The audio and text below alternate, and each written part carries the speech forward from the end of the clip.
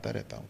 महबूबा मुफ्ती को मुख्यमंत्री भाजपा ने बनाया, इनके साथ मिलकर सरकार चलाई, 2 साल चलाई, 2016 से 2018 तक। और अब महबूबा मुफ्ती चाहती हैं कि जिस तरह अब्दुल्लाओं की 3 पुश्तें कश्मीर पर शासन करती रहीं, उसी तरह मुफ्ती मोहम्मद हो गए, खुद महबूबा मुफ्ती हो गई, और अब वो चाहती हैं कि उनकी बेटियां भी इस प्रदेश पर हुकूमत करें।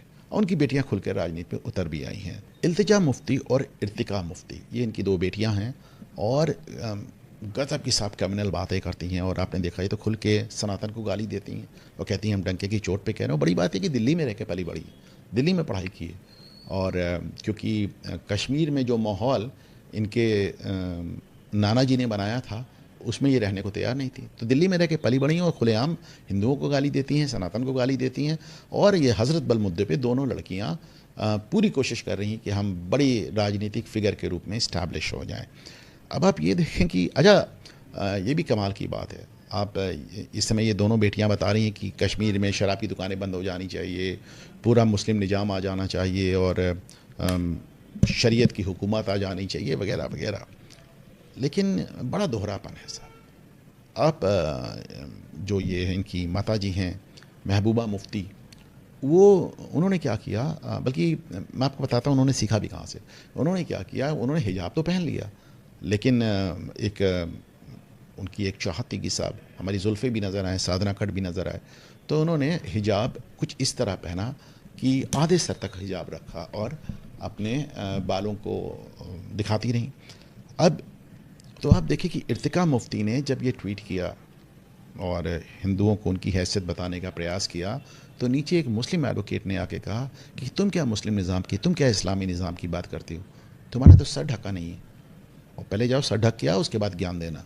और उसने मतलब आप देखें कि अगर ये इनको लग रहा है कि ये अभी भी दिल्ली में हैं, तो फिर ये भूल जाएं, ये अपनी अम्मी से सीखें। इनकी अम्मी ने इस बात को बेनज़ीर भुट्टो से सीखा है। और मैं आपको बताऊं कि अभी जो शामली में इकरा हसन जो सांसद हुई, उनको भी आप देख लें, या फिर आप पाकिस्तान की जो विदेश मंत्री थी हिना रब्बानी खार, तो आपको नज़र आएगा कि किस तरह इन्होंने अपना सर ढकने का एक यूनिक स्टाइल निकाला, जहाँ पे साबिन की जुल्फ़े भी नज़र आती रहें और इस्लामी कानून भी पूरा होता रहे। देखिए, जब कश्मीर में चुनाव अनाउंस हुए थे, मैंने अपने वीडियो का संकलन करके भी एक डाला है, मैं उसका लिंक इसमें दे दूंगा। मैंने कई बार कहा था कश्मीर में चुनाव नहीं होने चाहिए। जब भाई आप इसको परमानेंट यूनियन टेरिटरी बनाकर रखें, केंद्र शासित प्रदेश, संविधान में यूनियन टेरिटरी यानी कि केंद्र शासित प्रदेश की जो एक अवधारणा है, किस लिए है भाई?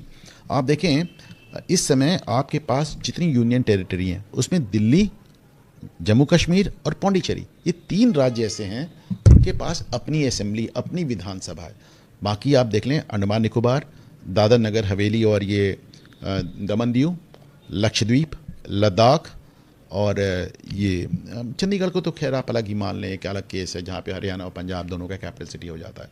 किसी के पास अपनी असेंबली नहीं है। कश्मीर को तो क़यामत के दिन तक बिना चुनाव के रखना चाहिए, यूनियन टेरिटरी बना के रखना। संविधान में इसकी व्यवस्था है, चुनाव का कोई मतलब ही नहीं है साहब। आपके पड़ोस में एक इस्लामिक राष्ट्र है जो 24 घंटे आपके यहाँ घुसने की, एक पुराना एक जोक चलता था ना कि इंडियंस चांद पे पहुंच गए, मंगल पे पहुंच गए, और पाकिस्तान अभी भी भारत में घुसने की कोशिश कर रहा है। इससे ज़्यादा ये देख नहीं पाते। तो ऐसे में एक 100% मुस्लिम स्टेट जो कश्मीर वैली है, आप जम्मू को अलग कीजिए, जम्मू को स्टेट बनाइए, और कश्मीर को आप 100% यूनियन टेरिटरी बना के रखिए। जहाँ तक लद्दाख का सवाल है, वो भी इस समय यूनियन टेरिटरी है। मुझे लगता है कि वहाँ भी ध्यान देने की ज़रूरत है, क्योंकि 50% मुस्लिम पॉपुलेशन लद्दाख में हो चुकी है। जैसे लक्षद्वीप में आपने देखा 95% हो गए, लद्दाख में भी 50% हो चुके हैं। जम्मू में बहुत ढेर सारे रोहिंग्या बसे हुए हैं, तो इनको निकाले जाने की, इनको पकड़े जाने की ज़रूरत है। जम्मू को कश्मीर से अलग करने की ज़रूरत है, और कश्मीर को हमेशा के लिए एक ऐसा यूनियन टेरिटरी जिसमें अपनी विधानसभा ना हो, जिसमें अपना मुख्यमंत्री ना हो, जिस सिर्फ केंद्र के निर्देश पे चले, और हो सके तो फौजी हुकूमत में चले। मैं जानता हूँ ये एक एक्सट्रीम व्यू है, लेकिन यकीन मानिए इसके अलावा और कोई चारा नहीं। इनफैक्ट अगर इसकी बात हो ही रही है, तो मेरा तो मानना है कि साहब दिल्ली को भी वापस उसी के स्तर पे ले आ जाना चाहिए जो पहले जैसे चलता था। जब से आपने दिल्ली को एक स्टेटहुड का दर्जा दिया है, एक सीमित स्टेटहुड ही सही, दिल्ली में क्या हो रहे हैं, सिर्फ तमाशे ही तो हो रहे हैं। पहले केजरीवाल ने कितने तमाशे किए, आज देखा गुप्ता की मैंने आपसे बात की। दिल्ली देखिए हमारा कैपिटल है, हमारी राजधानी है, कोई ज़रूरत नहीं है इसको एक अलग राज्य बनाने की। हमारे कुछ नेता वेता डिमांड कर रहे हैं, आप उसे डिसमिस करें, इसको वापस एक ऐसा, अच्छा यूनियन टेरिटरी आज भी है ये, लेकिन इसकी अपनी असेंबली है, इसकी अपनी एक विधानसभा है, इसका अपना मुख्यमंत्री, ख़त्म करिए ये सब टुटके। अच्छा,